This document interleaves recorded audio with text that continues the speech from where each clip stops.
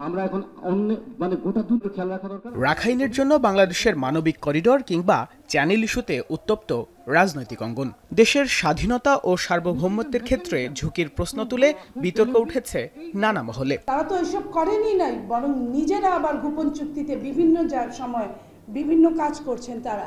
এমন প্রেক্ষাপটে শনিবার বিকেলে বাংলাদেশের ভূ রাজনৈতিক নিরাপত্তা প্রেক্ষিত মানবিক করিডোর শীর্ষক গোলটেবিল বৈঠকের আয়োজন করে সিরডাপ। অনুষ্ঠানে মূল প্রবন্ধ উপস্থাপনে নিরাপত্তা বিশ্লেষক জগলুল আহসান বলেন, করিডোরের সাথে জাতীয় নিরাপত্তা জড়িত। এমন সিদ্ধান্ত রাজনৈতিক দলগুলো সহ অন্যান্য অংশীজনদের সাথে খোলামেলা আলোচনা করে নিতে হবে। এই করিডোরটি অন্য কোনো দেশ দ্বারা পরিচালিত হলে তা বাংলাদেশের নিরাপত্তা ও আঞ্চলিক স্থিতিশীলতার জন্য বিরাট হুমকি হবে। উপরন্তু এটি যদি মার্কিন যুক্তরাষ্ট্র সহ পশ্চিমা বিশ্বের নানান ভূ রাজনৈতিক কূটকৌশলের জন্য ব্যবহৃত হয়, তা বাংলাদেশের জন্য হবে একটি বড় নিরাপত্তাজনিত হুমকি। কোনোভাবে অন্তর্বর্তীকালীন সরকারের পক্ষে এ ধরনের সিদ্ধান্ত নেওয়া ঠিক নয় বলে মন্তব্য করেন রাজনীতিবিদরা। সমাজের কারোর সাথে কোনো আলোচনা, মত বিনিময়, কোনো যোগাযোগ, কোনো পরামর্শ করবার কোনো প্রয়োজন বোধ করেনি।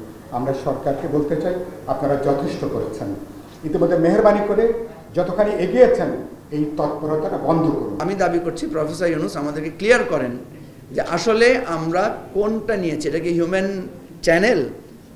করিডোর তো অসম্ভব। করিডোর করতে হলে আপনাকে জান্তা সরকারকে এখানে ইনভলভ করতে হবে, এখানে আরাকান আর্মিকে ইনভলভ করতে হবে, বাংলাদেশকে ইনভলভ হতে হবে, এটা একটা চুক্তি হতে হবে।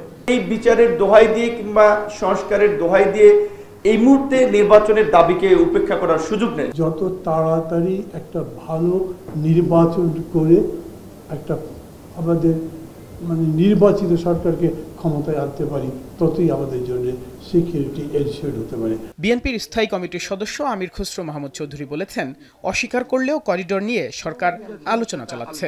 পরবর্তীতে আবার বলা হলো যে কি এটা আলোচনাই হয় নাই, হবেও না, কিন্তু আমি তো দেখতে পাচ্ছি আলোচনা অব্যাহত আছে।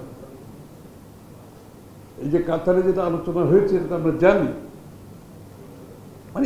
এই পুরো বিষয়টার মধ্যে এত গোপনীয়তার কি আছে সেটা আমি বুঝতে পারছি না। সবকিছু করা হচ্ছে কিন্তু নির্বাচনী সংস্কারের ব্যাপারে আমরা কোনো কিছু দেখতে পাচ্ছি না। মানবিক করিডোরের বিষয়ে অন্তর্বর্তী সরকারের সিদ্ধান্ত নেবার আগে জাতীয় নিরাপত্তার কথা চিন্তা করা উচিত বলে মত দেন বক্তারা। বাইজিদ সাদ, এখন, ঢাকা।